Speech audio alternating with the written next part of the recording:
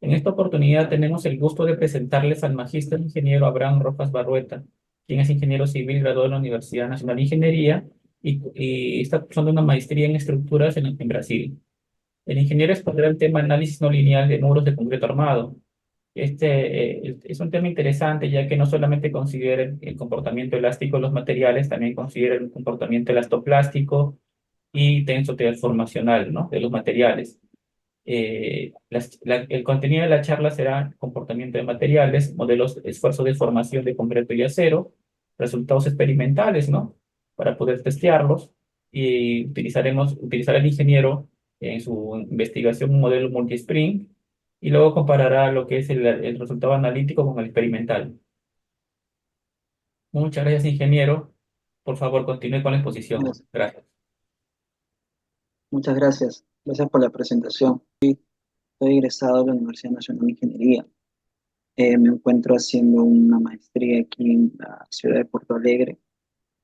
Y bueno, un tiempo estuve en el Instituto de Investigación de la Facultad de Ingeniería Civil, donde desarrollé un par de trabajos relacionados a este tema, que espero que me alcance el tiempo para poder compartirlos. A ver, bueno, este primer trabajo es relacionado, bueno, los que son de la uni me van a entender. Hay una estructura tipo cáscara dentro de la uni, ¿no? Que es un paraboloide hiperbólico.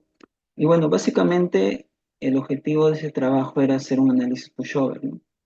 Para identificar cuáles eran eh, los mecanismos de falla de esta estructura y realizar un contraste, ¿no?, con lo que sucede actualmente en la estructura, ¿no? De hecho, cuando yo realicé este trabajo, la estructura ya, creo que ya se habían hecho algunos estudios, ¿no?, de análisis de impresiones. Ahora creo que ya hay una propuesta de reforzamiento. Entonces, básicamente me pareció interesante, ¿no?, un poco traerla pues a estos tiempos, porque esta estructura es bastante antigua, tiene más de 50 años, ¿no? Se realizó en el año 1963, digamos, en una realidad matemática, numérica, completamente diferente. Entonces, me pareció interesante un poco traerla pues, a estos tiempos con estas herramientas. Y básicamente era hacer un contraste, ¿no?, con lo que sucede actualmente en nuestro mundo. También realicé un trabajo relacionado a este sistema multi-swing, ¿no?, donde básicamente pues, el objetivo era representar el comportamiento no lineal a través de un modelo numérico. Y esto sí me tomó un poco más de tiempo.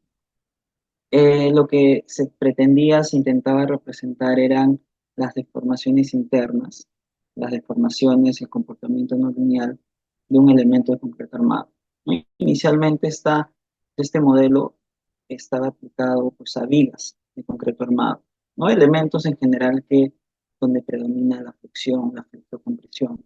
Entonces yo, digamos, parte de mi trabajo era crear las condiciones para poder aplicarlo en muros también, ¿no? Entonces, todo ese proceso de calibración a mí me llevó pues, a ajustar muchos, muchos detalles. O sea, en el proceso de calibración me tuve que apoyar en un trabajo experimental, ¿no?, de Thomson y Wallace, donde básicamente tenía esta gráfica histerética. Y bueno, al inicio pues era bastante eh, prueba-error, ¿no? O sea, ajustar cada elemento, restringir cada elemento, ¿no?, cada uno de los grados de libertad, pues asignarle las propiedades a cada resorte. Entonces, por ejemplo, en esta imagen que ustedes pueden ver, lo que es la representación numérica de este muro, es un muro envoladizo que está sometido a una carga lateral. Digamos, esta carga lateral genera un giro en la base. Ese giro en la base va a generar una serie de deformaciones en cada uno de los resortes, ¿no? Básicamente lo que se busca es que las deformaciones que se generan en los resortes sean las deformaciones que se generan en la sección transversal del elemento estructural, ya sea viga o etc. Entonces, eso es el objetivo de este modelo numérico. Entonces, pues, entre otras cosas, te muestra las gráficas histeréticas, fuerzas de desplazamiento, Te muestra de qué manera se desplaza el eje neutro producto de estas cargas cíclicas. Y producto de las cargas cíclicas también, pues hay que configurar, hay que construir los modelos constitutivos tanto para el acero, para el concreto confinado y para el concreto. Entonces, digamos, solamente la calibración de este modelo te lleva por todos estos conceptos, ¿no? De comportamiento de los materiales, de elementos finitos. Es algo que voy a explicar un poco más a detalle en esta charla.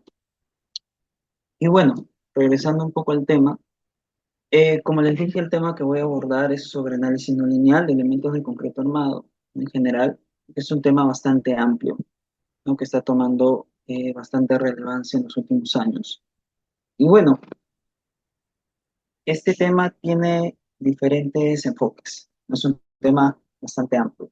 Yo me voy a enfocar principalmente en la no linealidad del material, ¿no? Del cual viene determinado, como les dije, por esto que llamamos modelos constitutivos, ¿no? Que son básicamente, dicho en palabras simples, una representación matemática de todo lo que sucede con los materiales a nivel interno, ¿no? Producto de diferentes condiciones de carga. Bien, donde de alguna manera se introducen diferentes parámetros, ¿no? Que están asociados a las deformaciones elásticas, plásticas, elastoplásticas a lo largo del tiempo. Entonces, pues este modelo pues tiene una base teórica muy importante. O sea, de alguna manera todos estos conceptos están enmarcados en un lenguaje matemático, ¿no? Eh, desde el análisis vectorial, el análisis tensorial, pues en este punto sí, digamos, voy a tratar de explicarles de qué manera yo entiendo esta parte matemática, ¿no? Porque de hecho, nosotros no somos matemáticos propiamente, pero tenemos que tener un conocimiento y también tenemos que saber definir hasta dónde profundizar, ¿no? Para no alejarnos mucho de de nuestro espacio, de nuestro rango de conocimiento, ¿no? Y eso sí es muy importante porque, digamos, esto como tiene una base teórica muy fuerte, te puedes, digamos, sumergir en la parte física, la parte matemática, ¿no? Pero, digamos, eh, te tomaría mucho tiempo, realmente, ¿no? Entonces, yo es un poco para calibrar este modelo tuve que hacer un recorrido por todos estos conceptos, ¿no? De hecho, estudiar los materiales pues implica estudiarlos de manera interna, ¿no? O sea, primero entenderlos no como un todo, ¿no? Sino como un conjunto de partículas, un conjunto de átomos, de moléculas que ocupan un volumen, que tienen una energía interna, que tienen una fuerza entre cada uno de ellos. Entonces, digamos, a partir de estos conceptos es que vamos a empezar a construir esta idea de la no linealidad, ¿no? Eh, y todo esto también lo vamos a complementar con esta teoría de elementos finitos, ¿no? Y finalmente, como les dije, voy a tratar de aplicar todos estos conceptos en el desarrollo de este modelo numérico, ¿no? De este modelo numérico. Y también podemos dar una visualización al trabajo del paraboloide. Entonces, para poner un poco en contexto, ¿no? Para aquellas personas eh, que les interesa todos estos temas, los elementos de concreto armado pasan por diferentes etapas, ¿no? A lo largo de su vida. Existe un primer agrietamiento dentro de la etapa elástica. Pasa la etapa elástica, no sé, el material comienza a mostrar un comportamiento plástico, ¿no? Tanto el concreto como el acero, donde se registra esto que llamamos aplastamiento del concreto, ¿no? Seguido de un desprendimiento. El elemento se sigue deformando ya en el rango inelástico y se generan la fractura de estribos, el cambio de barras, hasta que ya llega al punto previo al colapso, ¿no? Entonces, digamos, en la etapa elástica, en la primera etapa, eh, se generan unas pequeñas tracciones, ¿no? Que son asumidas por el complejo. A medida que esa tracción aumenta, de alguna manera las varillas de acero asumen estas tracciones, ¿no? O sea, existe una transición, una transición. Esta transición es muy importante, ¿no? Porque es de alguna manera la que genera las primeras fisuras en el concreto, ¿no? También hay una premisa que también es muy conocida, que el concreto no está agrietado porque se generan unas pequeñas tracciones en la etapa elástica. Entonces, digamos, con este modelo multi-sprint, yo de alguna manera he tratado de representar esta transición de manera numérica, no que no está tan clara en qué momento, digamos, el concreto deja de trabajar a tracción, solamente trabaja el acero. Eso, de alguna manera, yo he tratado de representarlo también a mí.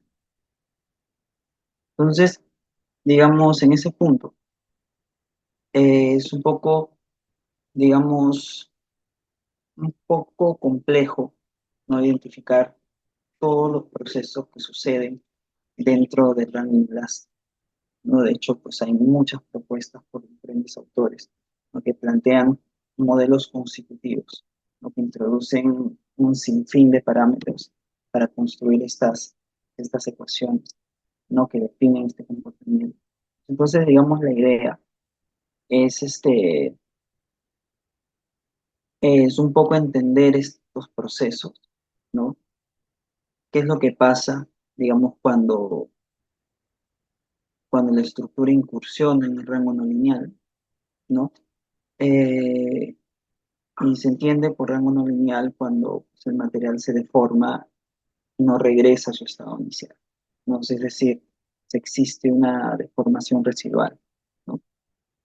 Entonces la idea, pues, usar todas estas herramientas numéricas que conocemos para poder aproximar este comportamiento, ¿no? Como si qué es lo que realmente sucede en el rango plástico, lo que no está muy claro. De alguna manera, pues esto se ha abordado, como les dije, a través de diferentes, diferentes autores, ¿no? O sea, esto que es muy conocido como el criterio de Coulomb, el criterio de Prager, ¿no? Los cuales proponen básicamente superficies de plasticidad, ¿no? Que, digamos, se entiende como el lugar geométrico que de alguna manera divide esta zona elástica con la zona plástica, ¿no? Eh, Dentro de esta zona, la zona plástica, suceden diferentes procesos, ¿no? Que de alguna manera están unidos, ¿no? Eh, y que suceden simultáneamente, ¿no?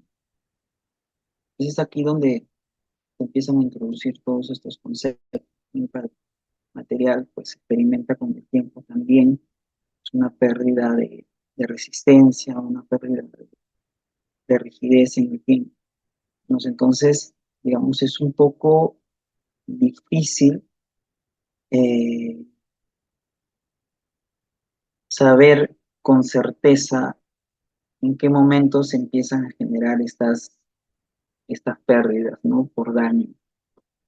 Entonces, digamos, lo que se intenta con estos trabajos es tratar de desenredar esta etapa, ¿no? Tratar de separar los procesos, ¿no? ¿De qué manera?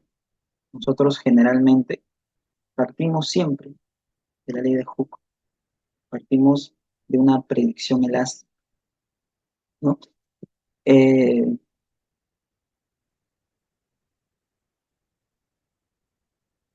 siempre, siempre vamos a partir de esta predicción elástica. La ley de Hooke básicamente lo que establece es una relación lineal, ¿no? Eh, entre el esfuerzo y la deformación, ¿no? Eh, digamos, en el rango, partimos de esta predicción elástica, eh, digamos, la estructura ingresa a este rango inelástico como se puede ver en la imagen, cuando nosotros hacemos esta primera aproximación, esta predicción, hay algunos puntos que salen de la superficie, de la superficie de fluencia, digamos, eh, como se puede ver en la figura, que se alejan de la superficie de fluencia. Digamos acá un pequeño paréntesis, ¿no? Los elementos, las gráficas que nosotros conocemos, las gráficas de esfuerzo de formación de los materiales, se desprenden un poco de todo esto que le he comentado, ¿no? Eh, digamos, cada uno de estos puntos que componen las curvas de esfuerzo de formación, pues están de alguna manera asociadas a superficies de plasticidad. Pues entonces, digamos, la idea, lo que buscamos nosotros es ir de un punto hacia otro. Nos existe pues una superficie que define la fluencia, una superficie que define el endurecimiento, una superficie que define el movimiento. Entonces nosotros lo que buscamos con estos algoritmos de aproximación es ir de un punto hacia otro de manera iterativa. Y es para hacer estos pasos tenemos que usar estas herramientas iterativas, estos métodos numéricos. No tenemos el método de Newton, el método de Euler, no, pero para cada paso, digamos, el nivel de complejidad que tiene este proceso,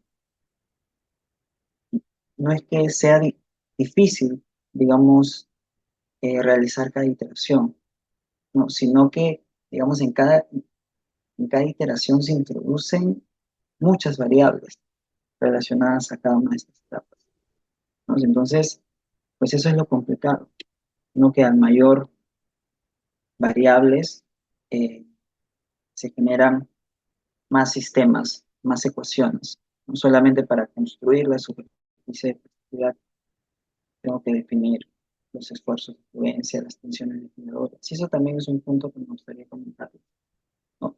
Visto de manera matemática, digamos, las tensiones se pueden expresar a través de tensores, ¿no? De forma matemática a través de tensores, ¿no? Lo que nosotros conocemos a nivel unidimensional de la ley de Hooke, ¿no? La tensión igual al modo de elasticidad por el esfuerzo. Pues eso se desprende de algo más general, ¿no? Es a partir de tensores, ¿no? El tensor de tensiones, donde nosotros de manera general pues podemos representar la tensión, digamos, no solamente en una dirección, sino en todas las direcciones. Un tensor automáticamente se puede representar, como sabemos, en infinitas dimensiones. ¿No? Si nosotros generalmente trabajamos en un espacio tridimensional, ¿no? Pero realmente esto se desprende de un caso más general. Entonces, digamos, pues a este nivel no trabajamos de manera unidimensional, sino de manera matricial, ¿no? Tenemos un tensor de elasticidad, tenemos un tensor de deformación y un tensor de tensión. Entonces, aquí, digamos, estamos entrando un poco más a estos conceptos, un poco más abstractos, ¿no? O sea, lo que definen, por ejemplo, lo que les dije, las superficies de plasticidad. Las tensiones, de manera matemática, se pueden dividir en una parte desviadora, que es la que define la diferencia de volúmenes de los sólidos, y una parte hidrostática. Entonces, digamos, los materiales ya un poco alejándonos del concreto y del acero. Nos hablemos de cualquier material, hablemos de un conjunto de, ¿no? Estos materiales se pueden clasificar en materiales que dependen de la presión y materiales independientes de la presión. ¿Y a qué se refiere esto? ¿No? Les voy a poner un ejemplo muy, muy simple, ¿no? Si nosotros tomamos una muestra de suelo, material granular, le sometemos una presión, le generamos una presión con nuestras manos, ¿no?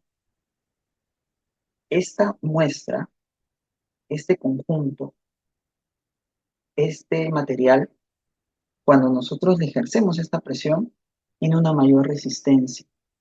Pues entonces decimos de que este material depende de la presión que le ejerce. De manera equivalente, podemos ver también en el caso del concreto. ¿no? Cuando nosotros de alguna manera confinamos las columnas de concreto, ¿no? Les estamos ejerciendo una presión. Lo que se encuentra adentro, que es el núcleo de las columnas, tiene una resistencia mayor producto de esta presión. Entonces, decimos que el concreto es un material que depende de la presión. O sea, eso es lo que me refiero. Entonces, visto de manera matemática, podemos hacer eso, esta representación.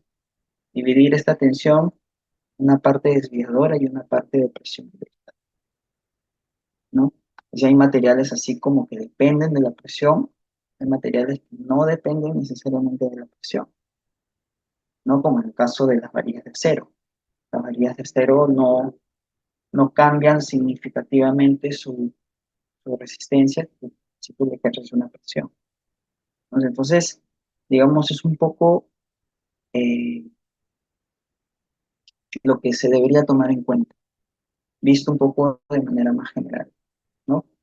Entonces, básicamente es lo que les quería explicar. Yo, de hecho, pues en todo este tiempo, pues he tratado de darle una base teórica a mi trabajo de investigación. De hecho, pues al inicio lo hice de una manera bastante autodidacta, ¿no?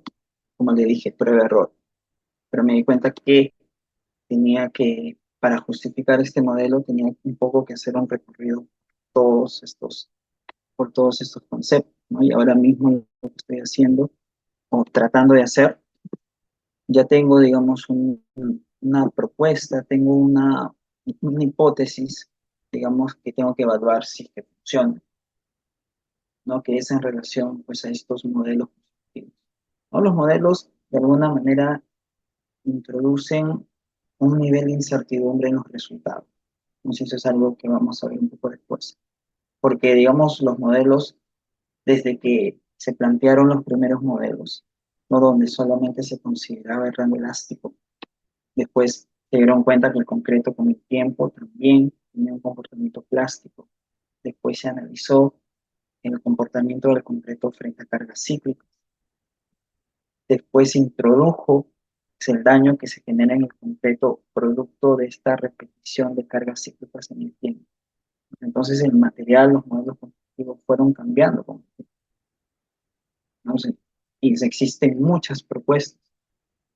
Es decir, como es un poco, digamos, un poco difícil establecer en qué momento comienzan a generarse cada una de estas deformaciones plásticas, pues es por eso que existen tantas propuestas y todas son diferentes, ¿no?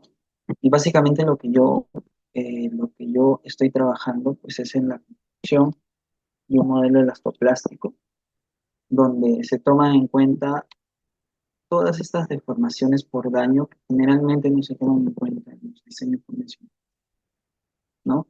Si estoy tratando de identificar, pues, en qué momento se empiezan a generar estas deformaciones, ¿no?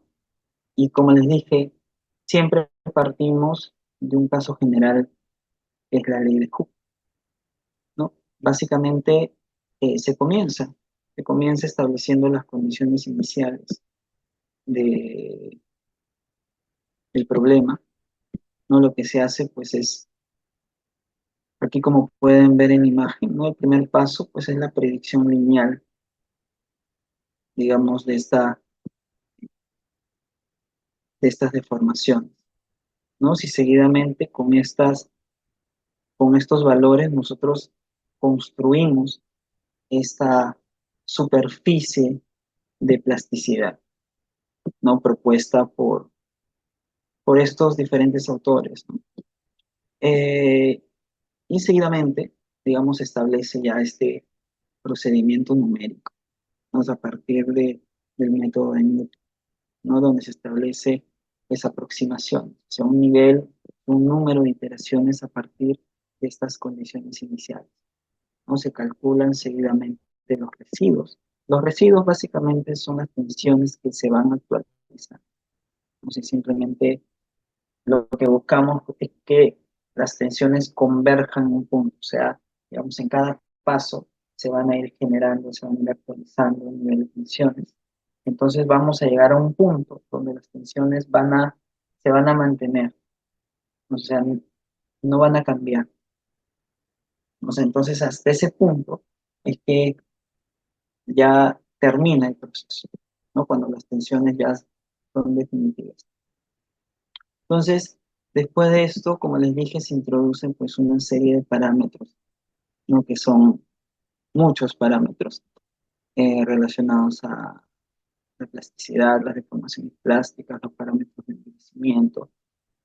Se realiza una actualización de las variables nuevamente, que, digamos, en este caso nuestras variables pues vienen dadas por las tensiones y las deformaciones, utilizadas, digamos, en todos estos procedimientos numéricos. Se hace una verificación de la convergencia, eh, determinar, pues, y esto, digamos, está asociado, pues, a un valor de tolerancia, ¿no?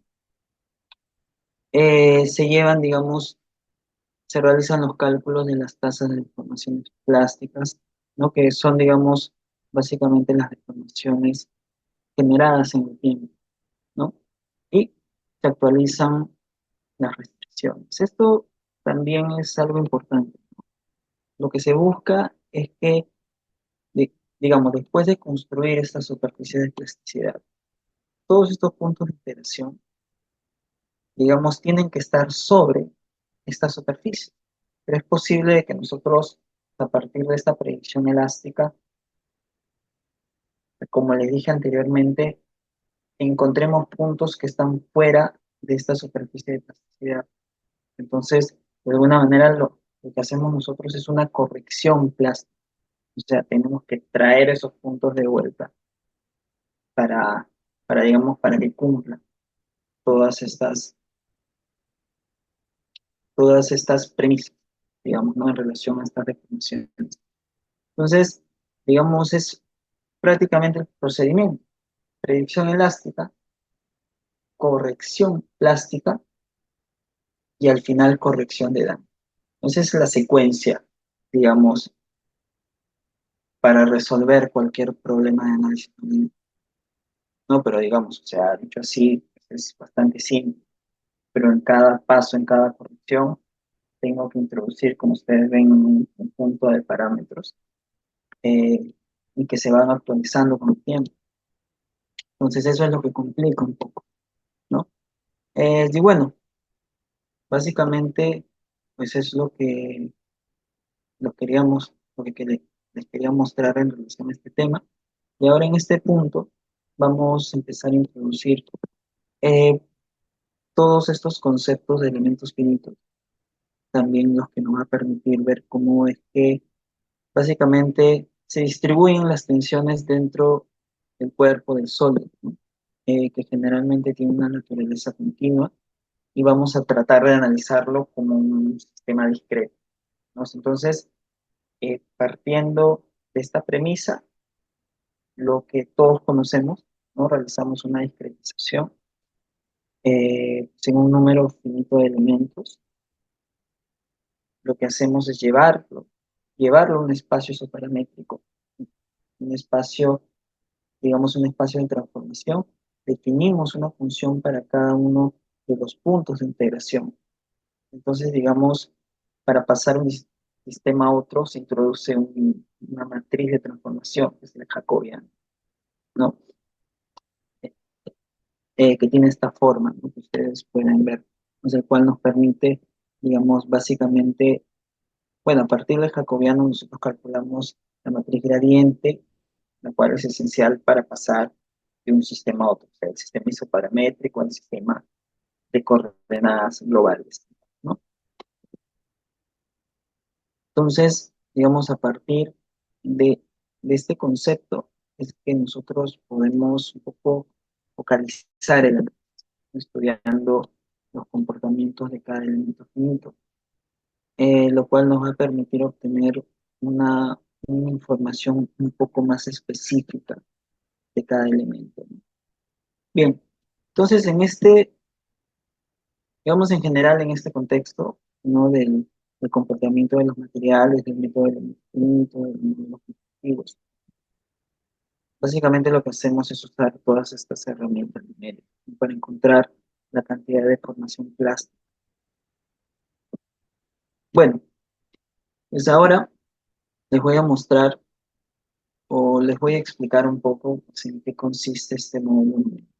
Voy a tratar de ser lo más claro posible, ¿no? Básicamente este modelo sirve para ejemplificar, para graficar un poco eh, del desarrollo de de todo esto que básicamente hemos abordado en relación al análisis del comportamiento de los materiales.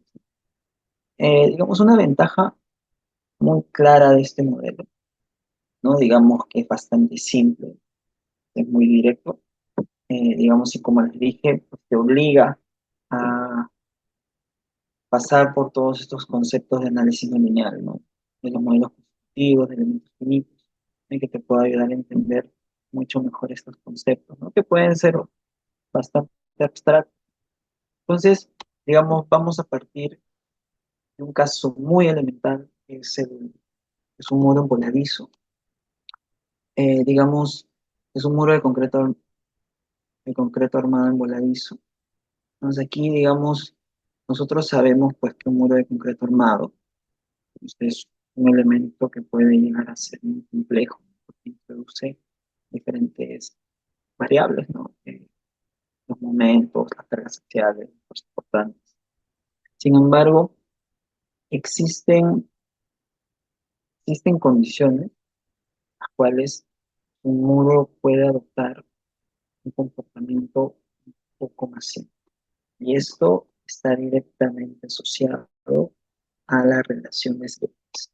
Un elemento más esbelto es un elemento que tiene un comportamiento predominante a flexo-compresión, ¿no? Y en este punto, digamos, a partir de esta premisa, que vamos a introducir, digamos, diferentes elementos para calibrar. Entonces, partimos de este caso, ¿no? Un muro de concreto armado en voladizo, sometido a una cara lateral, como ustedes pueden ver, donde predomina la flexocompresión y que, como sabemos, está caracterizado por un área de tracción y un área de compresión. Si es que esta fuerza va de ida y vuelta, o sea, hablamos de una carga cíclica, cuando hablamos de ciclos de carga, entonces esta área va a tener un comportamiento de manera alternada de tracción-compresión. Entonces lo que vamos a hacer, básicamente, es asociar este efecto con lo que sucede con los resortes, ¿no? Que también tienen esta propiedad de traccionarse y comprimirse según sus características. Pues entonces, para que se entienda un poco mejor, cuando aplicamos una fuerza lateral a este sistema, se va a generar un giro en la base. Este giro se va a traducir en deformaciones en cada uno de estos resortes, ¿no? La idea, como les dije al inicio, es que todas estas deformaciones representen las deformaciones que se generan en la sección transversal del elemento estructural. Llámese columna, llámese viga, llámese, que son las que finalmente hacen el elemento eh, se deflecte, ¿no? O que se desplace. Estas deformaciones internas son los elementos, las que hacen que los elementos se desplacen, ¿no? Entonces, partiendo de esta premisa, es necesario, digamos, en este punto, pues hacer algunos ajustes, ¿no? Por ejemplo, ese apoyo móvil que ustedes ven ahí, nos asegura de alguna manera que estos resortes se deformen solamente en su eje local, ¿no? O sea, que no se desplacen lateralmente, ¿no? Y este punto también es muy importante, porque la idea justamente de la calibración es poder ajustar cada uno de estos elementos para que toda esta estructura de alguna manera trabaje de una manera coherente. Entonces eso es lo que nosotros vamos a buscar en esa calibración, ¿no? Y como les dije, pues al inicio, pues este modelo se aplicaba pues a vigas principalmente, ¿no? Los primeros modelos solamente incluían dos resortes, ¿no? Uno que representaba la tracción y otro que representaba la transmisión. Después, con el tiempo, se empezó a introducir otros conceptos, ¿no? Como por ejemplo, toda esta idea que se desprende del análisis de elementos finitos, por la cual la, la discretización de alguna forma, la discretización del elemento, de alguna forma mejora la respuesta de la estructura frente a determinadas condiciones de carga. Entonces, todos estos conceptos de alguna manera eh, se fueron complementando, ¿no? Con todo este modelo. Nos dio lugar a lo que conocemos como modelo multi-spring, por la cual, pues a partir de la discretización de la sección transversal, como pueden ver aquí, se puede establecer una relación, ¿no? Es decir, a cada elemento finito se le va a asociar un resorte. Y este resorte va a adoptar, va a representar las características no lineales de cada elemento finito. Y eso es lo que vamos a ver. Entonces, todo ese trabajo del modelo multi-spring está orientado a eso. Entonces, y para esto, digamos, yo tenía que tener una referencia, una base para contrastarlo. Y aquí me basé en el trabajo experimental de Thomson y Wallace, ¿no? Que desarrollaron un modelo exactamente igual de este ejemplo que ustedes ven. Ensayaron un muro en voladizo. Bueno, en realidad ensayaron diferentes tipos de muro, ¿no? También, si ustedes quieren, les puedo pasar la tesis, ¿no? Porque es una tesis muy grande. Yo solamente extraje los resultados referentes a este tipo de muro, pero también ensayaron muros en T, muros que tenían diferentes niveles de confinamiento. Entonces, digamos, pues el objetivo de este trabajo experimental era evaluar de qué manera, cuál era la influencia del confinamiento en la capacidad de desplazamiento del elemento estructural. Entonces, se ensayaron diferentes tipos de muros. O sea, digamos, ese es el objetivo.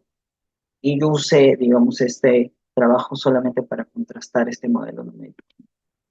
Entonces, digamos, como les decía, la idea de la discretización pues es representar un poco mejor los materiales que se encuentran dentro de la sección transversal, ¿no? Recordemos eh, que los elementos de concreto armado en general, como las vigas, las columnas, los muros, tienen tres tipos de materiales, ¿no? Es el acero, el concreto no confinado y el concreto confinado, ¿no? Que como les dije es este tipo de material el cual depende de la presión, ¿no? Entonces, ¿de qué manera nosotros representamos estos elementos? No es aquí donde nosotros entramos introducimos estos conceptos de los modelos constitutivos. Entonces, es decir, lo que vamos a hacer básicamente es configurar las propiedades de cada resorte, introduciendo las gráficas esfuerzo de formación producto de estos modelos constitutivos, ¿no? Son propuestas por diferentes autores. Entonces, digamos, les voy a mostrar muy rápidamente en qué consiste cada uno de estos modelos constitutivos. Realmente, pues esta parte es bastante, digamos, un poco más tediosa, ¿no? Porque, a ver si las puedo compartir un poco, no sé si lo tengo por acá.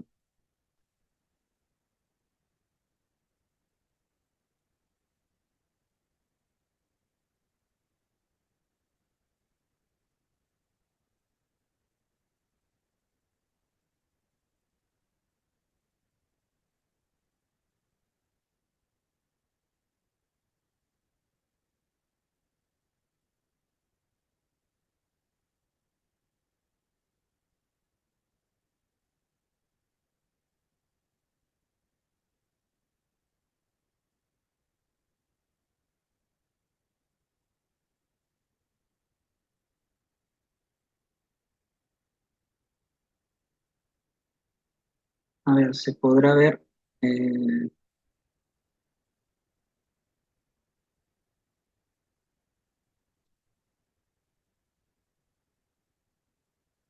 ¿se puede ver esta imagen? Sí, sí vemos el Excel con los modelos constitutivos. El curso de formación, bro, ¿no? Ya bueno, básicamente les quería mostrar, ¿no? De qué manera construir cada uno de estos modelos constitutivos, tanto para el concreto no confinado. Bueno, en este caso, pues estoy representando los signos, ¿no? Digamos las fuerzas en compresión, ¿no? Con signo negativo y las fuerzas de tracción con signo positivo. ¿No? Es por eso que aparece las gráficas volteadas. Y bueno, básicamente estas gráficas son las que yo introduje en el programa. Tuve que construir, digamos, cada una de las gráficas, tanto para el acero, para el concreto no confinado. Digamos, esta primera gráfica que ustedes ven es la que representa el concreto no confinado. La segunda representa el concreto confinado a partir del modelo de Mander. La cuarta representa el acero, ¿no? Entonces, básicamente la idea pues, es introducir, como les dije, pues, al programa, ¿no? Pues, estas gráficas. ¿Y de qué manera yo introduzco estas gráficas al programa? A ver, les puedo compartir mi modelo.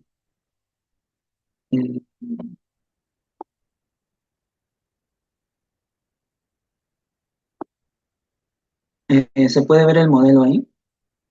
Sí, se ve el modelo SAP. Bueno, básicamente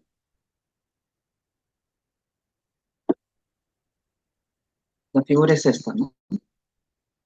Digamos, acá se genera este efecto que les digo, ¿no? De tracción-compresión. Sí, básicamente acá lo que se puede ver son varias cosas, ¿no? Entre ellas, digamos, de qué manera es que se desplaza el eje neutro dentro de la sección transversal, ¿no? Producto de estos ciclos de carga, ¿no?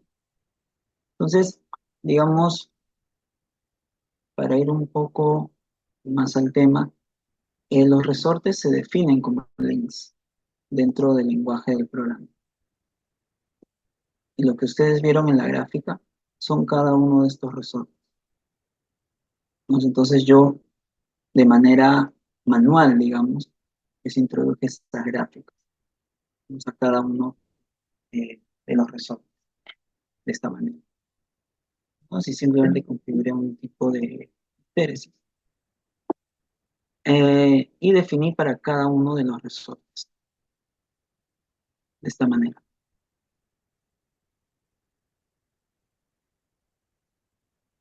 Para el caso del acero.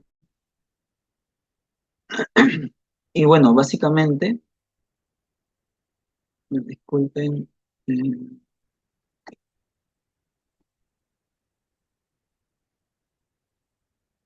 y además de eso, pues este punto también es importante, definir todo lo que son los estados de carga.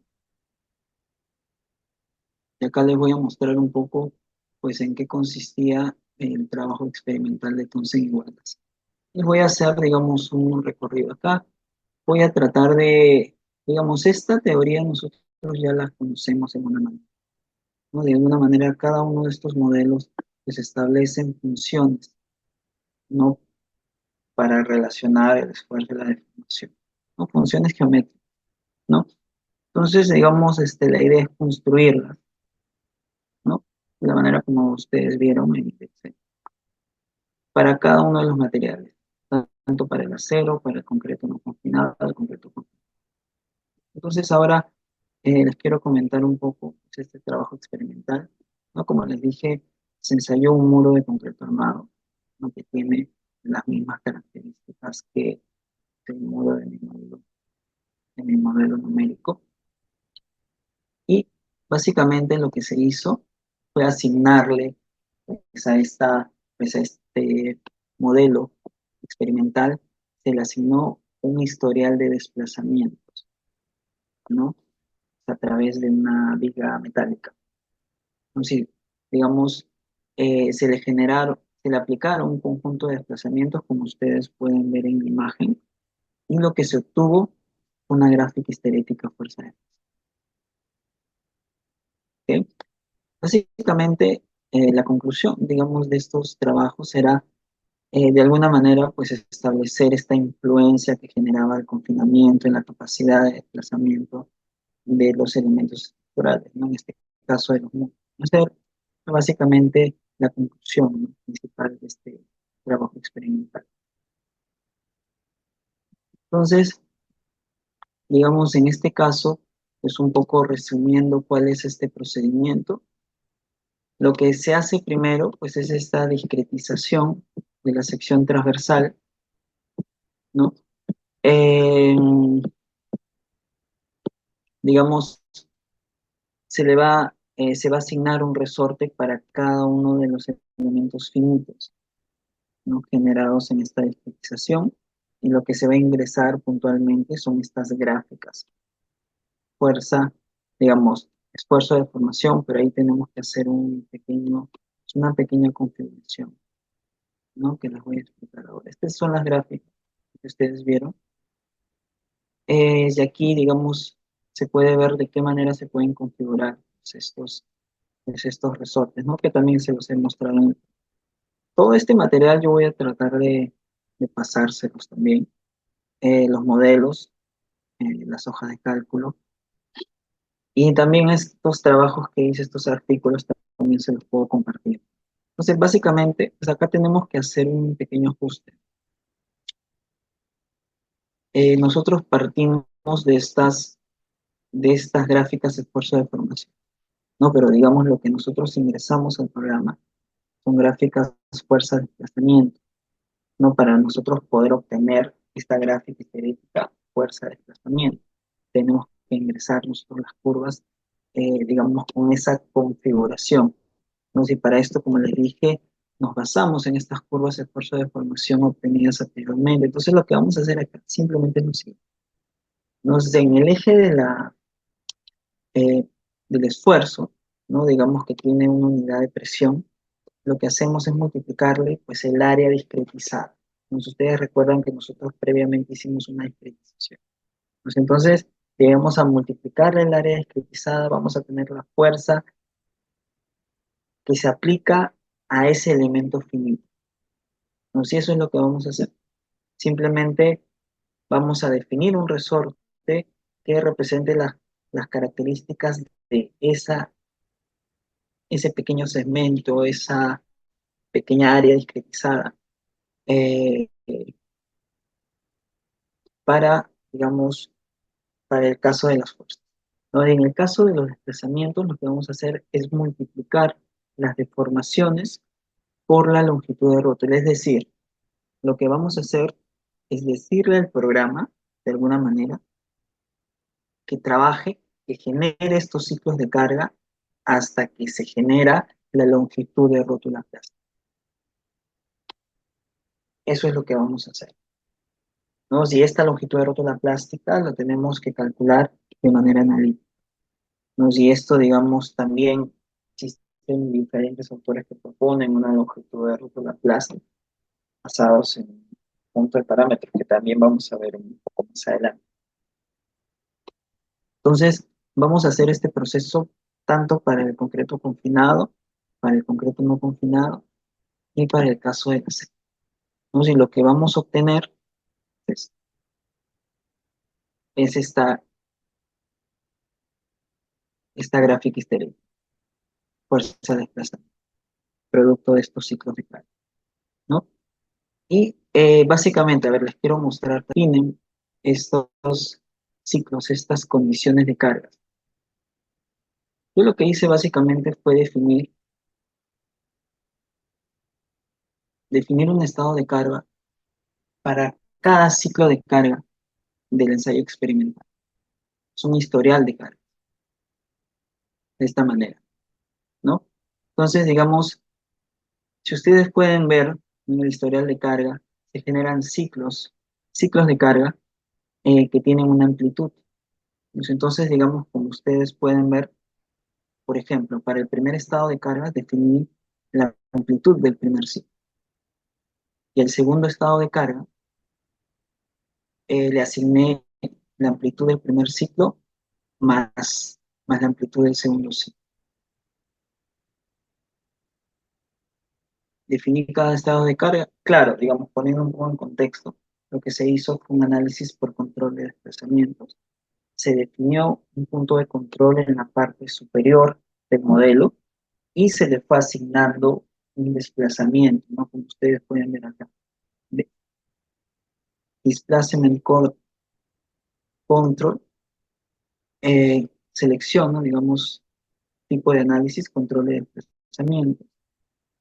Y lo que le asigno, pues, es esta magnitud correspondiente al primer estado, al primer ciclo de carga. Entonces acá defino el punto de control, que en este caso es el join one, el primero, el punto superior del modelo. Entonces, digamos, eso es lo que hago para cada uno de los estados de carga. Le voy asignando diferentes amplitudes.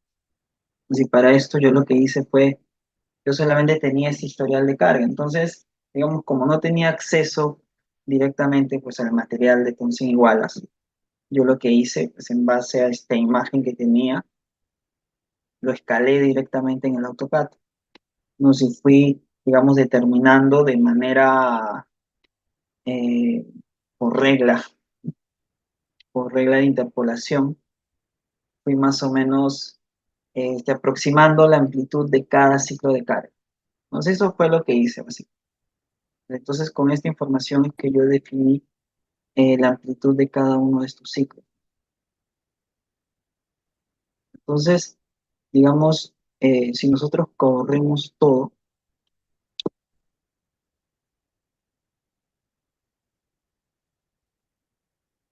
lo que vamos a llegar a este punto, vamos a obtener esta gráfica y acá vamos a empezar a hacer, digamos, a partir de esta gráfica es que vamos a empezar a hacer algunos ajustes adicionales. Como le dije, toda esta calibración, en un inicio era de dos resortes que tenían eh, diferentes longitudes, como pueden ver en la imagen. Dice resortes aproximadamente el 5% de la altura del mundo. Y así eso también es parte de la calibración. Por alguna razón, cuando defines resortes más, más esbeltos, o sea, más largos, se introducen deformaciones que no son parte del análisis. Pues entonces, digamos, también yo fui calibrando cada uno, la longitud de cada uno de los resortes para llegar a esta gráfica exterior.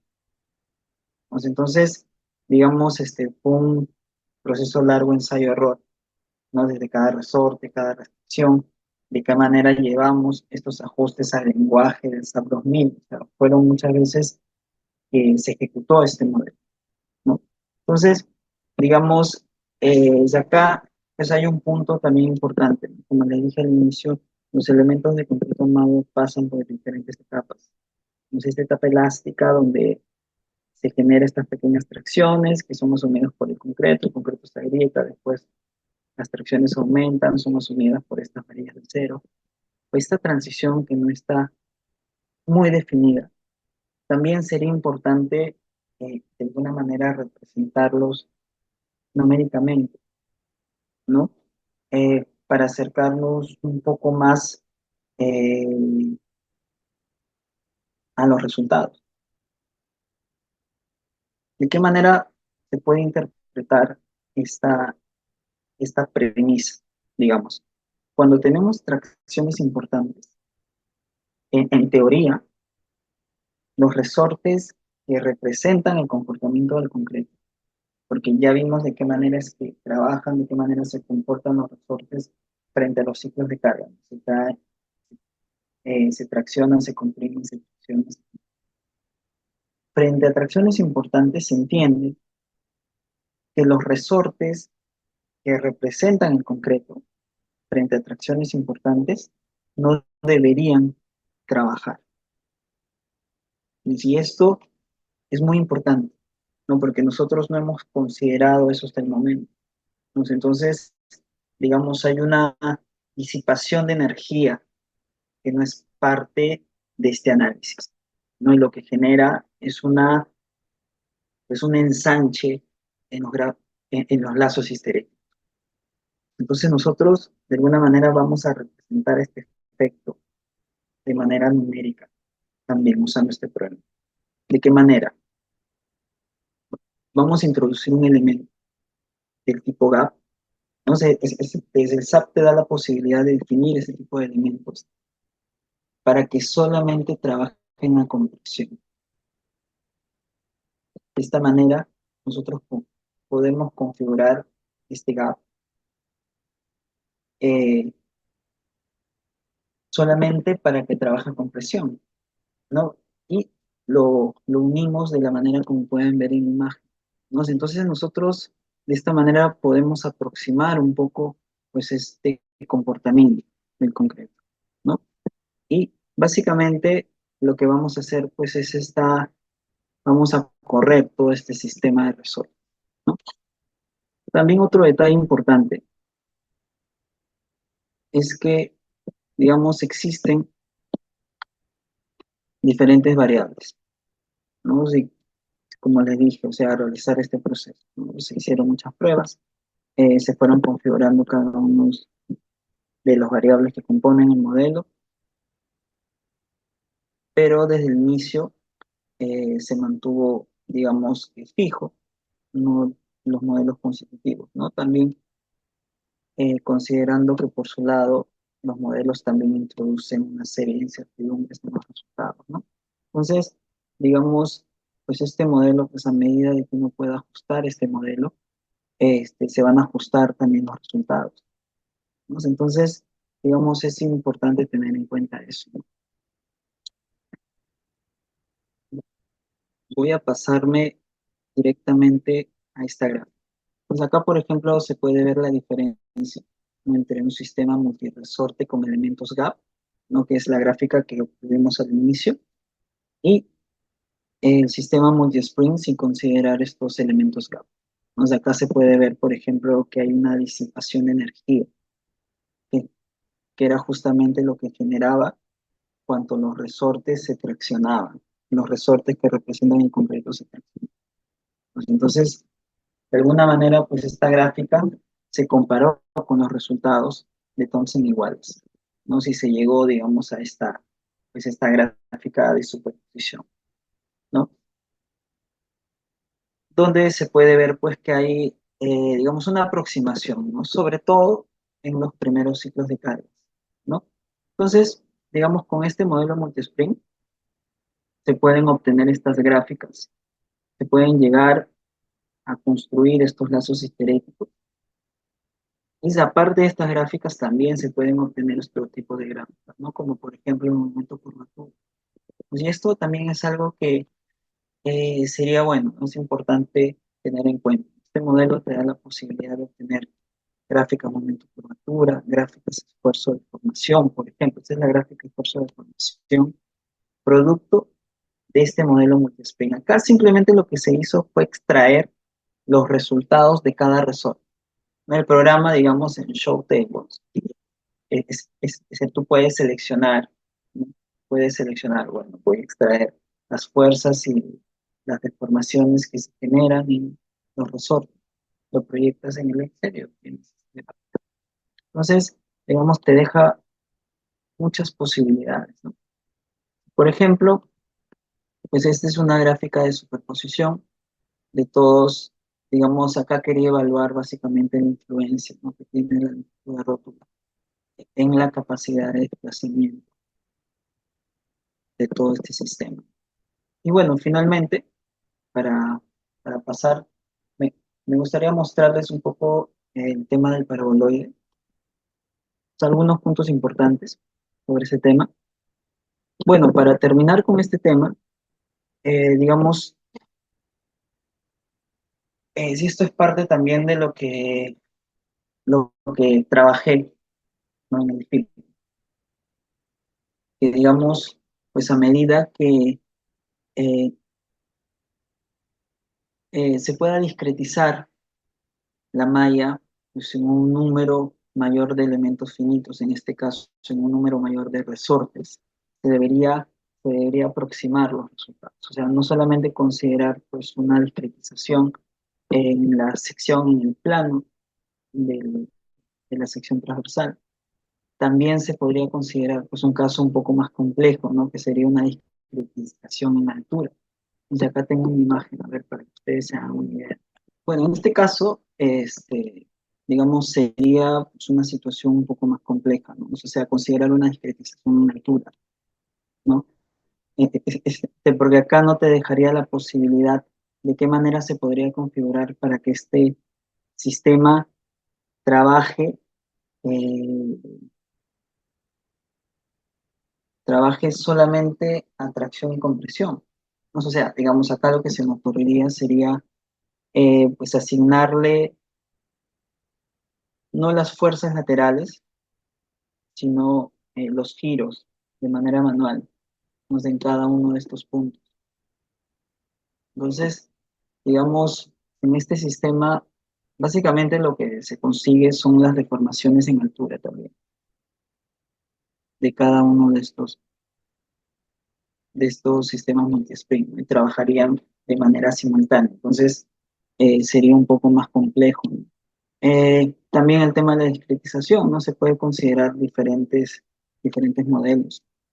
Eh, También, por ejemplo, pues acá hay un detalle importante. Digamos, este modelo pues es muy eficiente para elementos donde predomina la flexocompresión, ¿no? ¿Y qué pasa con elementos donde el efecto del corte tiene una presencia importante? Pues en esos casos, digamos, podríamos considerar, como ustedes pueden ver en la imagen, un resorte adicional para representar este efecto, tomando en cuenta de que la resistencia al corte digamos, es un efecto que se opone al movimiento. Entonces, podríamos nosotros considerar un resorte adicional para verificar ese hecho, ¿no? Entonces, digamos, esto te deja un poco abiertas estas posibilidades, ¿no? Diferentes posibilidades para mejorar este sistema multispring y se puede aplicar pues a diferentes elementos estructurales, ¿no? Por el momento, eh, digamos, se ha podido aplicar en el caso de muros, en el caso de vigas, de columnas, donde tiene resultados bastante eficientes. Bien, les quiero compartir ya para terminar, que bueno, este es el análisis pushover de una superficie hiperbólica. O bueno, en la Universidad Nacional de Ingeniería pues, hay una superficie, pues, el Departamento de Estructuras tiene una cobertura, ¿no? Tiene esta forma. Entonces, digamos, básicamente la idea era hacer este análisis no lineal eh, para más o menos pues, ubicar dónde es que se encuentra, cuáles eran los puntos donde se generan las rótulas plásticas. Bueno, eh, les voy a mostrar de manera muy rápida para terminar la charla de qué manera es que se generan estos puntos. Desde el primer paso,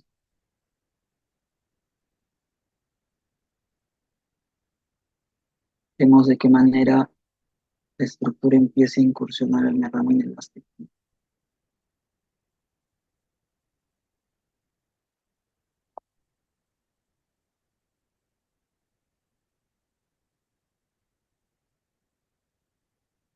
Y se van generando las primeras rótulas.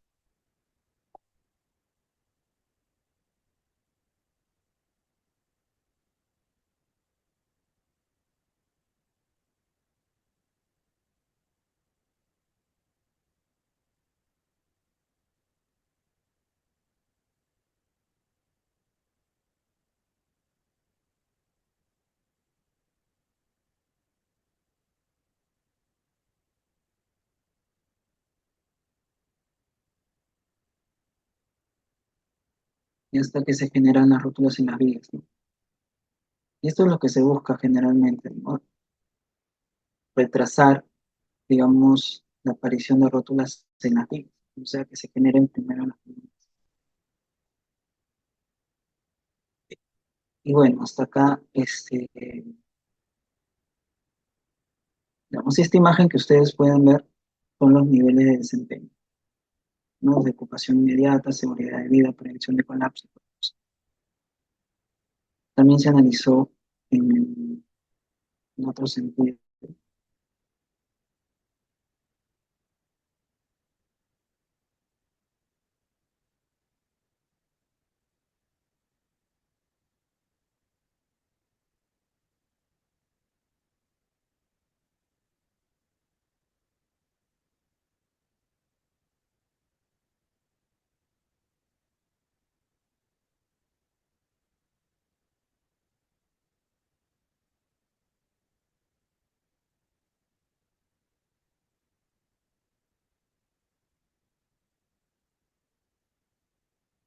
Y aparecieron. Sí.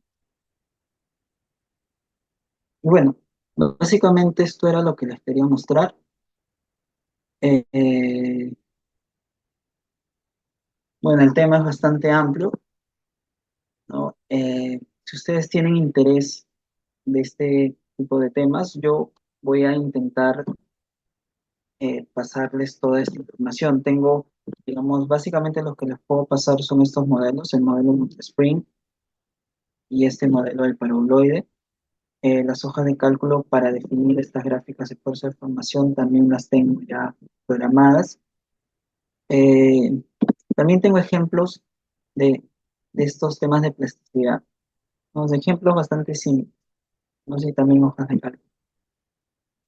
Y también los artículos, ¿no? Que tengo ya sobre estos temas. Entonces, bueno, muchas gracias por estar conectados y bueno, pues esto ha sido todo lo que les quería presentar el día de hoy. Ok, ingeniero, muchas gracias. Eh, Acá tenemos algunas consultas. A ver, el ingeniero Sandro indica, ¿no? Según su experiencia, ¿cuál sería el proceso correcto para aprender o incursionar en el mundo del análisis no lineal? También alguna Ujú. bibliografía que usted le podría recomendar para empezar con Sí, hay ello. un libro que yo estoy leyendo hasta ahora, que es un libro muy robusto, que es de Sousa Neto. Sousa Neto, que se llama Plasticidad. Digamos, lo que te recomiendo es empezar desde el comportamiento de los materiales. Sé que es un poco pesado por, por todo este tema matemático, pero realmente te da las herramientas para entender todos estos temas de análisis no lineal. Entonces, este libro es muy bueno. No sé, aparte, este libro, digamos, en la parte final tiene una serie de códigos para representar los modelos consecutivos. O sea, son códigos en Fortran, MATLAB. Entonces, pues es una muy buena información, es una buena base, ¿no? Para entender todos estos temas. Así que lo recomiendo mucho. Ok, ingeniero. Entiendo que este modelo también se podría aplicar en rótulas plásticas para vigas, como también para columnas, ¿no? Eh, Claro, los elementos que trabajan principalmente a flexocompresión, flexión y flexocompresión, ¿no? y En el observé, caso, digamos, de la flexocompresión, claro, o sea, digamos, pues una carga axial generaría pues una deformación en los resortes, ¿no? Y también la flexión producto de este giro en la base. Entonces, pues es muy eficiente tanto para elementos que trabajan a flexión como también a flexocompresión. sí. También lo que observé era que el análisis que usted mostró está basado en lo que es la hipótesis de Navier-Bernoulli, ¿no? En donde que indica que las secciones planas y perpendiculares al eje del elemento permanecen planas antes de la deformación, se mantienen planas y perpendiculares al eje después de la deformación, ¿no? Porque usted consideró una longitud de rótula plástica y esta rótula plástica la modeló o la representó con modelos LINS, que son los multispring, pero estos están Ujú. unidos. a una superficie plana, a un nivel, a una viga, a un elemento muy rígido plano, ¿no? Para poder esto representar lo que es el modelo de Navier-Bernoulli, ¿no? Que indica que las secciones planas perpendiculares al eje de que van a permanecer planas después de la deformación, ¿no?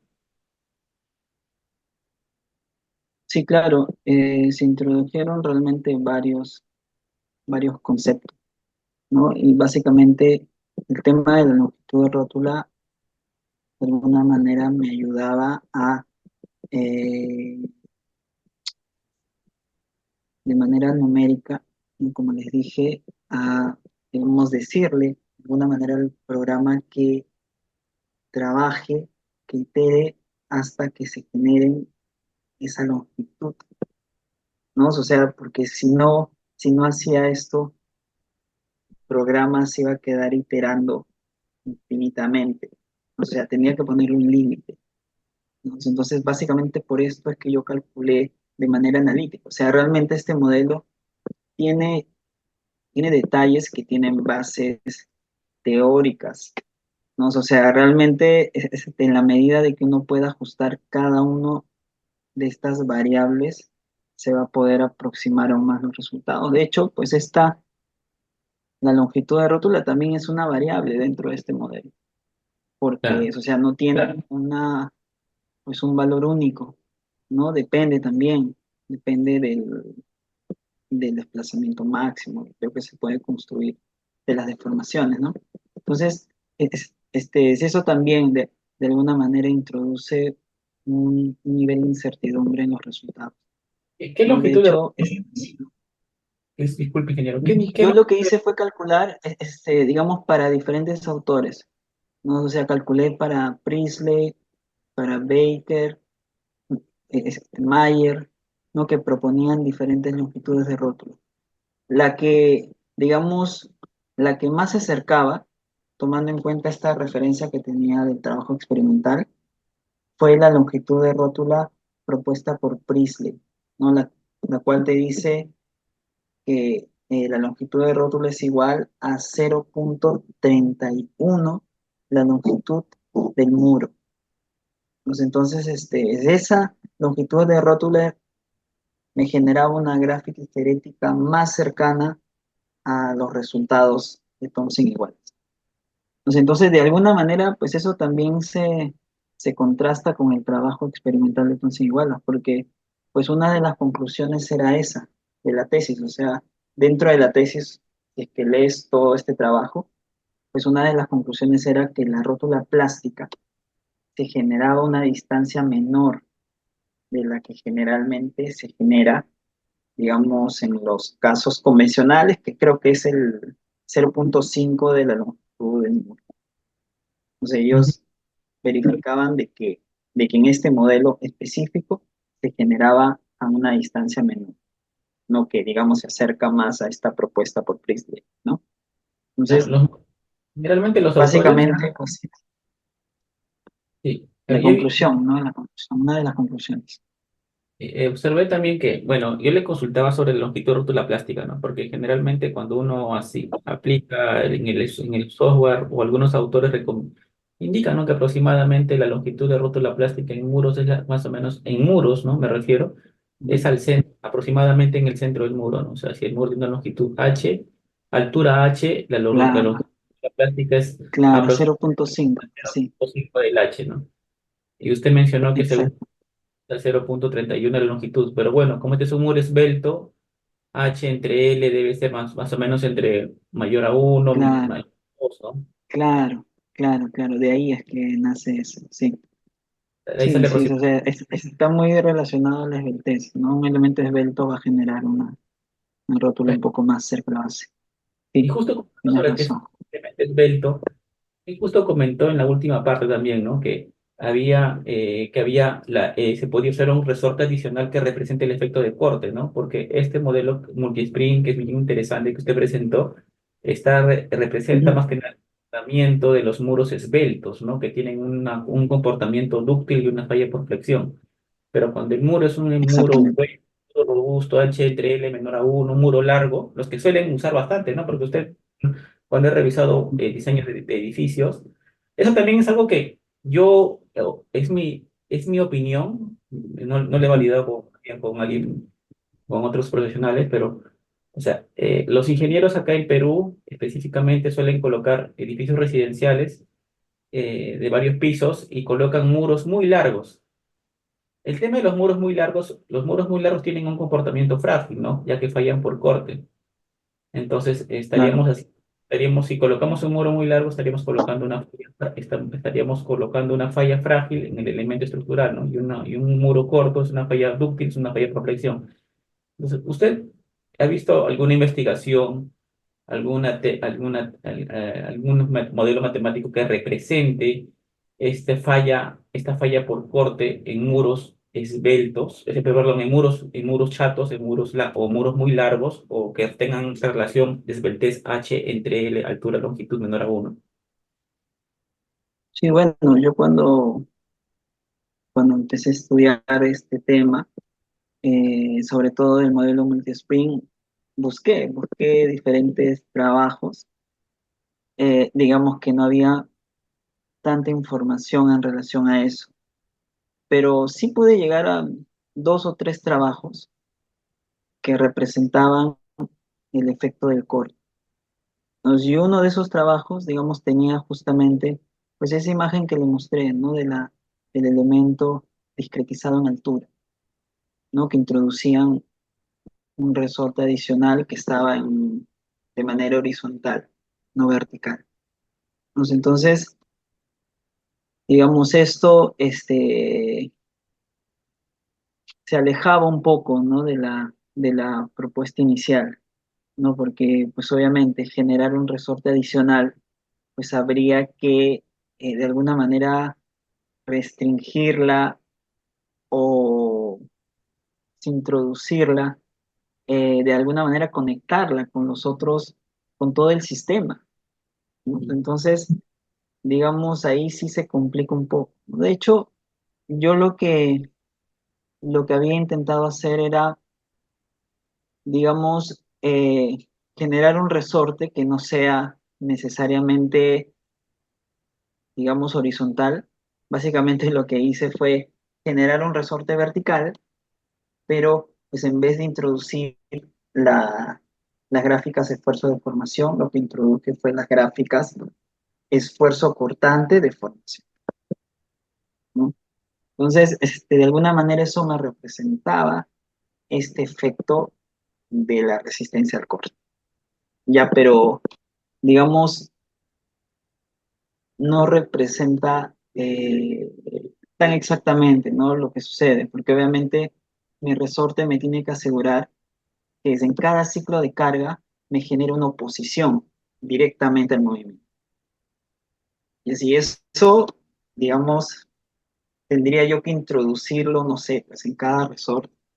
Entonces, se complica mucho, pues, el hecho de representar el efecto del corte, al menos en este modelo multi-spring.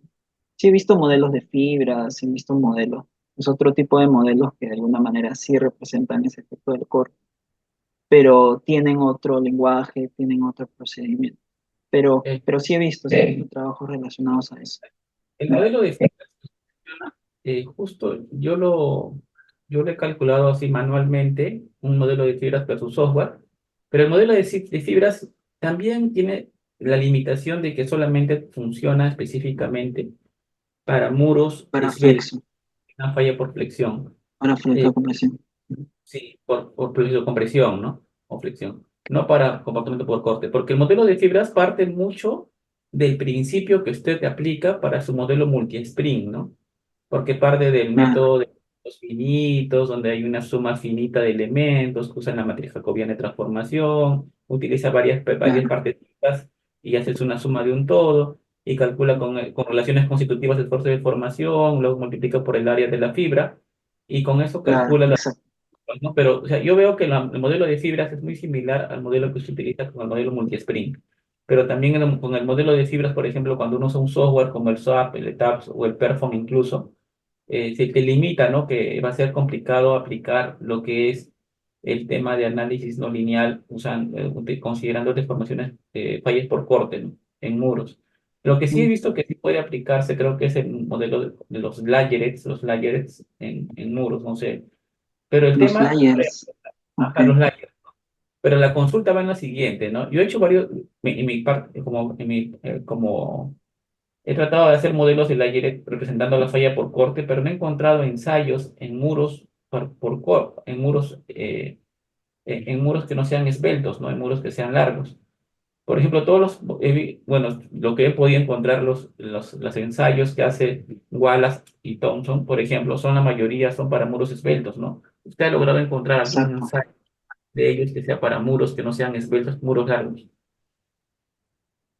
Bueno, yo lo que recuerdo, porque bueno, esto lo empecé a hacer en el año 2017.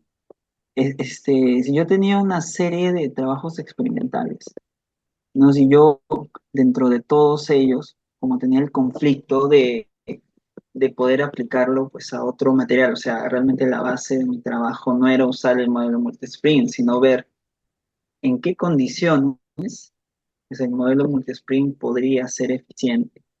O sea, entonces realmente mi trabajo más que el uso del modelo multispring era ver cómo podía generar esas condiciones para poder usarlo.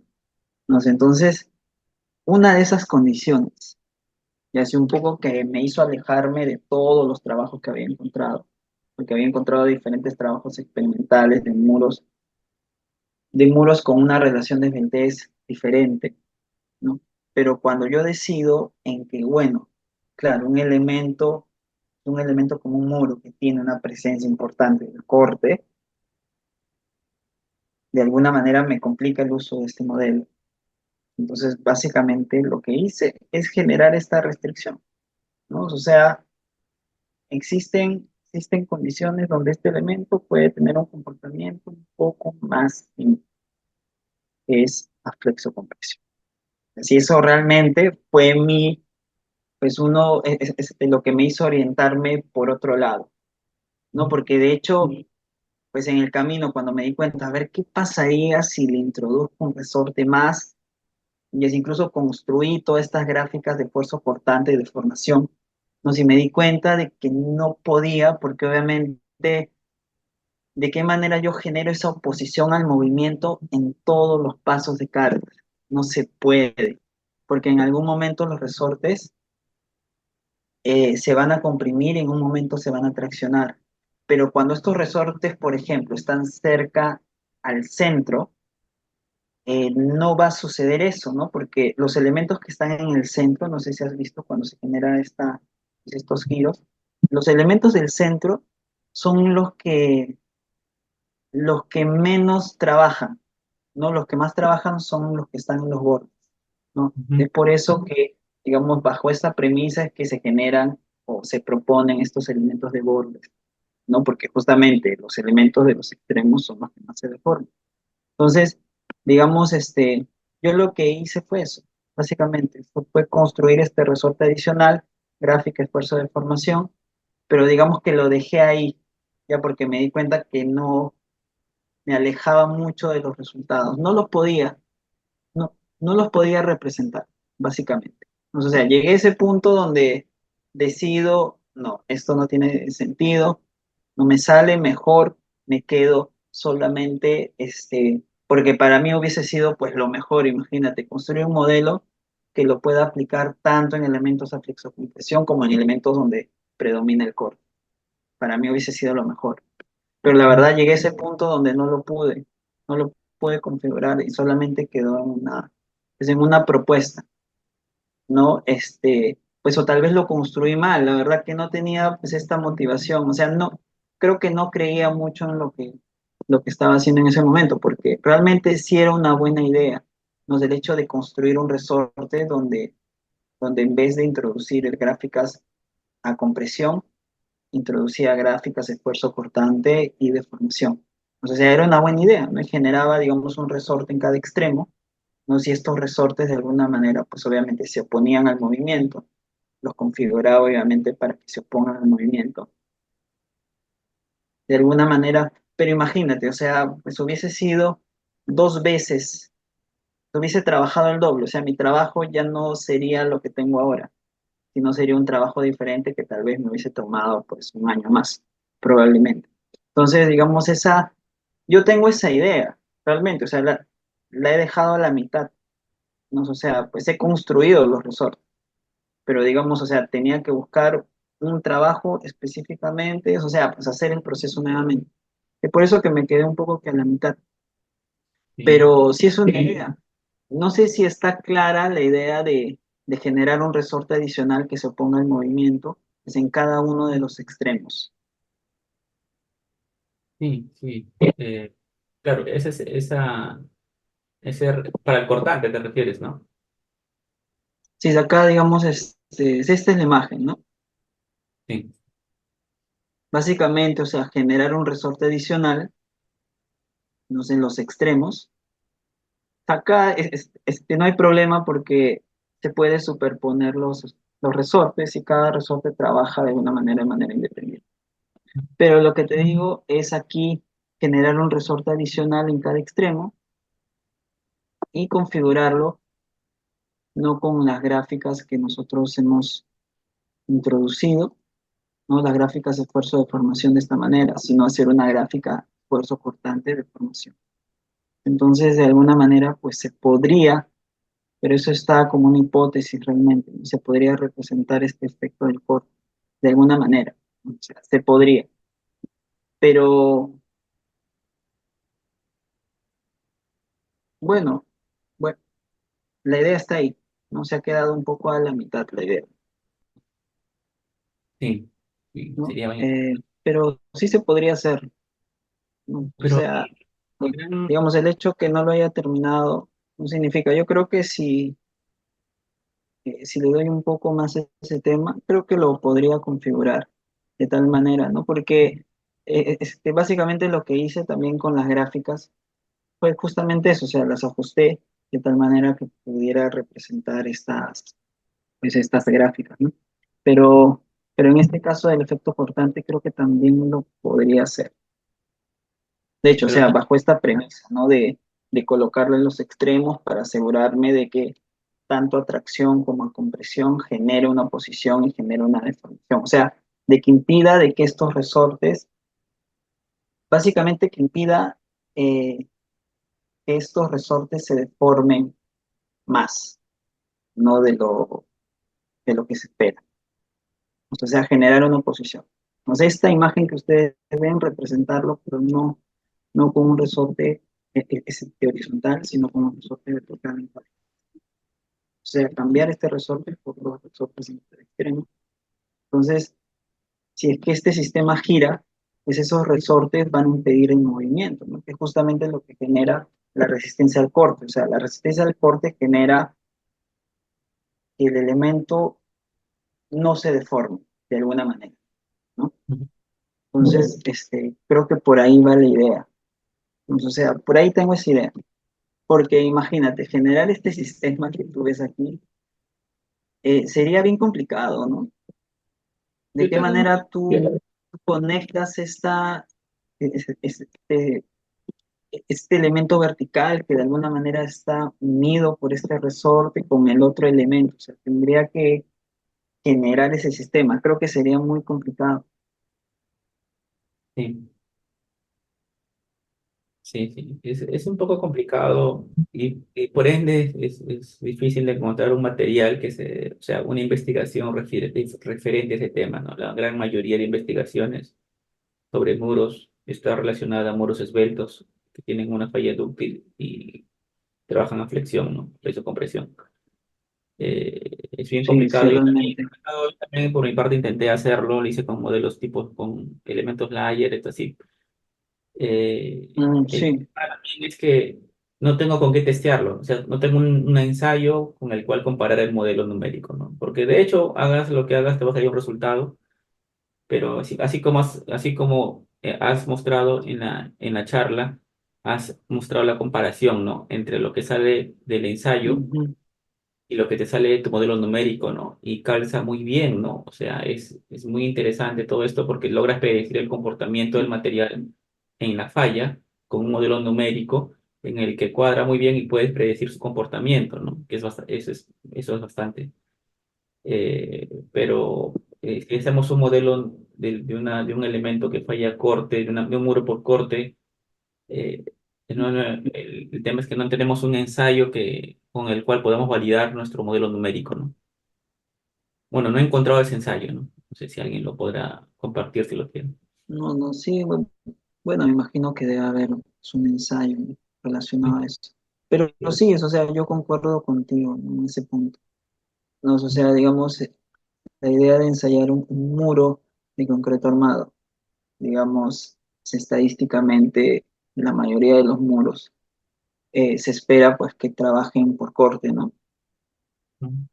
Entonces, digamos, sí sería una gran opción poder configurar este modelo Sería muy para bueno. poder aplicarlo a cualquier tipo de elemento. Y Sí, la mayoría de las que dan, por ejemplo, son a base de muros, ¿no? Y son puros muros que vayan por corte. A ver, bueno, claro, ingeniero, también tengo algunas consultas. A ver, una consulta, cuando usted utiliza el elemento lin tipo gap, lo hace para que asegurar que solamente trabaje que el concreto trabaje solamente en compresión y no aporte en tracción, ¿no? Eso usted lo aplica para evitar que se siga deformando, ¿no? A esfuerzo cero. Porque cuando claro. usted define lean, en el lean usted define el lean y usted ya define, ya ahí coloca su curva, su relación constitutiva, ¿no? La curva constitutiva. O sea, la Ujú. relación esfuerzo de formación, ¿no? Entonces, yo creo que el problema no es el esfuerzo, el problema es que se siga deformando a esfuerzo cero, ¿no? Entonces, para que evitar que se siga deformando a esfuerzo Claro, cero, usted coloca el gap para que el gap, cuando hay un esfuerzo en compresión, en tracción, se ya pare, no ¿no? trabaja. Ya Claro, no trabaja. Es para eso, claro, ¿no? Y ahí exactamente. era la diferencia. Sí, sí, esa era la idea. Claro, ¿no? Porque al inicio, cuando no consideraba estos elementos, me daba cuenta que mi gráfica de alguna manera se, se robustecía, se hacía un poco más ancha, producto de esta deformación, ¿no? De ahí, digamos, un poco que me di cuenta de eso eh, después de muchas iteraciones, también con la ayuda de mi orientador también en este caso, ¿no? Porque él, de alguna manera, pues él me explicaba, pues el comportamiento, que yo no lo entendía al inicio, no entendía cuál era la ruta del comportamiento de básicamente todos los elementos estructurales, ¿no? Los elementos de concreto armado pasan por esa transición, ¿no? Que no está tan clara, ¿no? Digamos, los elementos de concreto armado, claro, finalmente dentro de la sección los elementos están unidos, ¿no? El concreto está las varillas están embebidas en el concreto, no sé si se Ujú. realiza y se genera esta separación. Entonces, digamos, yo no estaba considerado desde el inicio eso porque no sabía cuál era el comportamiento realmente de los materiales. No lo entendía de esa manera. Entonces, cuando surge esta idea, es que nace, digamos, nace nace esta idea de configurar estos elementos, ¿no? Del tipo gap, que tampoco sabía que existía elementos que se podían configurar para que solamente trabajen a compresión. Pensaba que no existía eso. Entonces, de alguna manera se fueron introduciendo más elementos desde la propuesta inicial, porque esto, digamos que yo lo vengo estudiando desde el inicio, o sea, desde los primeros modelos, ¿no? Que como les dije, solamente consideraban dos resortes. Entonces, en esa base, digamos, los resultados pues se alejaban más todavía, ¿no? O sea, entonces, toda esta teoría de elementos finitos un poco que me hizo pues entender de qué manera, eh, qué influencia tenía la discretización dentro de este modelo. Entonces Sí. fui configurándolo en ese sentido. Pero sí, sí, básicamente, sí pasé por todo este proceso, ¿no? Mm. Sí, es interesante esta parte. Sí, me parece un modelo multispin es muy importante, ¿no? Porque es bastante, ayuda a visualizar más todo el procedimiento, todo el proceso de análisis, ¿no? Y un modelo de fibras No, que... bueno, básicamente yo lo entiendo como un modelo, más que todo académico. No, o sea, Ujú, no lo aplicaría directamente, pues, en un caso, no sé, caso real. Pero, o sea, yo sí lo recomendaría para poder entender todo el proceso. sí, por eso, es todo el... Como una cuestión académica lo recomendaría, Sí. porque eso, o sea, te obliga, pues, a pasar por toda esta teoría. Mm, Entonces, al menos para las personas que les gustan todos estos temas de análisis no lineal, no que como dije, lo más importante es entender cuáles son los procesos. Es una gran herramienta para eso, es una herramienta muy, muy poderosa. mm, Entonces, sí lo recomendaría. Realmente como un tema académico, como digo, más que de aplicación, ¿no? Porque a mí me ha servido. De hecho, la calibración, pues, es lo que me ha llevado, pues, a construir otros modelos, o sea, construir estos modelos constitutivos, ¿no? ¿Qué es lo que mm, estoy haciendo ahora? Pues ahorita estoy, construyendo un modelo elastoplástico, un poco que introduzca esas deformaciones por daño que suceden en el tiempo y estoy generando un código, pues un código en un lenguaje de programación. Entonces, es este modelo cuando lo tenga, pues obviamente yo lo voy a introducir al modelo multispring. O sea, yo voy a definir los resortes con ese nuevo modelo, no mm, con un modelo propio, ¿no? Entonces, lo que espero es que los resultados sean más cercanos todavía, ¿no? Considerando estos modelos constitutivos nuevos, ¿no? sí, O sea, yo me estoy basando hasta el momento en los modelos que ya existen, ¿no? Con claro. todas sus deficiencias, con todas sus limitaciones. No, si digamos no he tenido la posibilidad de construir, pero ahora ya, como ya manejo cómo es el procedimiento para Ujú. construir un modelo constructivo, voy a hacer lo propio. No, si Pero, digamos estoy... sí.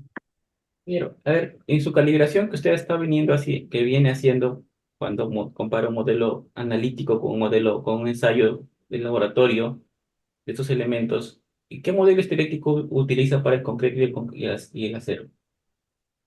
¿O qué modelo esterético se acerca más, ¿no? O depende esto del tipo de sección, depende esto del tipo de la sección de la columna, No, de o la sea, hay un viga. modelo esterético que yo he tomado eh, como base también de este trabajo, es el modelo de Takeda, ya que es un modelo, digamos, de los materiales, donde se introducen estas degradaciones, esta pérdida de rigidez, de resistencia en el tiempo de los materiales, El modelo que ¿no? más se Que acerca, digamos, ¿ah?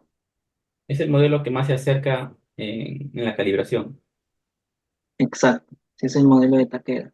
También también está un poco documentado en este libro, ¿no? Que les he recomendado. Pues ahí está desarrollado de qué manera se construye este modelo de Takeda, porque eso es un poco más complicado porque ya es construir eh, los lazos de esta gráfica esterética. Entonces, todo eso tiene una base también teórica, ¿no? Se construye básicamente los modelos, pues en general, cualquier modelo se hace una aproximación numérica, ¿no? Sé, de manera iterativa. Entonces, las gráficas de fuerza de formación, que básicamente tienen una parte lineal y una parte no lineal, se complica más cuando lo construyes de manera cíclica, o sea, son más pasos para Ujú. construir cada uno de los lazos. Sí, Entonces, bien, digamos, en este caso yo me basé en el modelo de Takeda. Sí, perfecto. Y pues porque siempre son las primeras dudas que sale cuando uno empieza a hacer estos modelamientos no lineales, ¿no? Ahora es, sí, sí, claro. para no quitarle mucho tiempo a oír las últimas preguntas. Pasando, usted presentó el paraboloide de la UNI, ¿no? El paraboloide de la UNI, que es un icono de la ingeniería estructural, en ingeniería, debido a que se construyó hace, no tengo idea, no creo que 50 años, ¿no? No sé cuánto, es muy antiguo, ¿no? Pero, 1963. Son más de 50 años, 60 años. Creo que lo diseñó el ingeniero Miguel Bozo, Lo ¿no? construyó, Lo sí, diseñó sí, Miguel. más o menos la historia del paraboloide. Bueno, se construyó este proyecto en el año 1963. Fue construido por el ex decano de la facultad, un doctor Bozo, que tiene un hijo que es ingeniero egresado también de la UNI, ¿no? Que es Luis Bozo. Y bueno, lo que comenta él básicamente que este proyecto lo financió él mismo. ¿No? O sea, pues él generó los fondos para financiar este proyecto. Entonces, tiene una historia detrás, ¿sabes? Un Tiene una icono para historia. estudiantes de ¿Ah? ingeniería. Mi consulta es la siguiente, ¿no? Usted cuando modela, cuando hace el análisis no lineal pushover del paraboloide, ¿usted consideró no linealidades solamente en columnas y vigas o también consideró alguna no linealidad en lo que son los elementos tipo cáscara o lobos o shells, ¿no? Del paraboloide? Bueno, en este caso, yo me he enfocado en la no linealidad de los elementos principales, ¿no? En este caso, las columnas y las vigas, ¿no? Eh, que básicamente pues son los que tienen mayor presencia, ¿no? En la estructura. No consideré la no linealidad de, de los otros elementos. De hecho, es al ser un elemento ligero, ¿no? Porque la cobertura pues es muy delgada, tiene creo 5 centímetros de espesor, este techo de forma ladeada, ¿no? Si por lo visto, digamos, en las imágenes que vi, los que más rápido incursionado en el rango inelástico han sido justamente las vigas y las columnas. ¿No? En ese orden, las columnas y las vigas. ¿No? Y ahora la cobertura, el techo, no tiene mayor daño. Entonces, eso de alguna manera te dice, ¿no? Que no tiene una presencia muy importante en la configuración estructural del paraboloide. Cuando usted Entonces, en ese analizó, sentido, sí, no me enfoqué tanto en esos elementos. ok. Y cuando usted analizó el paraboloide, ¿en qué nivel de desempeño le encontró? Ante un sismo severo, no sé, un tiempo de retorno de 4 años, no sé, dependiendo, ¿no? De qué nivel de usted utilizó el sismo, pero ¿en qué nivel de desempeño encontró el paraboloide? ¿Se necesita Sí, refuerzo? bueno, yo lo que hice es, yo me basé en la norma de la TC 40, ya que Ujú. define diferentes niveles, ¿no? De sismos. Sismo de servicio, sismo de diseño y sismo severo, ¿no? Que está asociado, como tú dices, al periodo de retorno. Entonces, digamos, ante un sismo severo, los resultados lo ubicaban ya en la etapa de prevención de colapso, ¿no? O sea, en la etapa ya más crítica, previo el colapso. Creo que esto es una información que ya se sabe, ¿no? Porque tengo entendido que ya hay una propuesta de reforzamiento incluso, ¿no? Porque han visto de que la estructura ya está en una situación crítica, ¿no? Que se evidencia, o sea, lo que hemos visto nosotros en las rótulas, en el modelo, de alguna manera se puede contrastar muy fácilmente con lo que se ve actualmente en la estructura, ¿no? De hecho, pues ahí se puede visualizar exactamente que ya está en ese proceso de generación de las rótulas. Entonces, eh, digamos, pues yo pude un poco contrastar eso con lo que sucede, pero básicamente lo ubiqué pues en ese punto, ¿no? De prevención de colapso. Ya, ingeniero. Muchas gracias más bien por la exposición. Es muy interesante todos estos Gracias por la temas. invitación. Ujú. Interesante estos temas de análisis no lineal, ¿no? Creo que es el presente y el futuro de la ingeniería, ¿no? Porque las herramientas computacionales ya nos permiten ir más allá de un análisis lineal simple, ¿no? Que es lo que indica la normativa hoy en día. A modo de agradecimiento, ingeniero, otorgarle, ¿no? Este certificado por haber participado en la calidad de expositor en esta charla técnica Análisis no lineal de, de muros de concreto armado, siendo en Lima 23 de febrero del 2024. Muchas gracias, ingeniero, por su exposición y le agradezco bastante por toda la información brindada, ¿no? Y toda la apertura que ha tenido para poder responder las consultas. Muchas gracias, ingeniero. No, gracias a ti. Me gustaría decir que si tienen interés en alguno de estos temas o requieren información, me gustaría compartir mis contactos, ¿no? O sea, me pueden escribir directamente y yo les puedo pasar toda la información. Muchas gracias más que todo por la disposición, ¿no? Tú sabes que hemos tenido algunas dificultades antes de la charla, pero Sí, felizmente creo que la hemos podido solucionar. ingeniero. Así que te agradezco mucho la invitación y la verdad espero que más adelante nos podamos conectar nuevamente. Muchas Sí, gracias. igualmente, muchas gracias, ingeniero.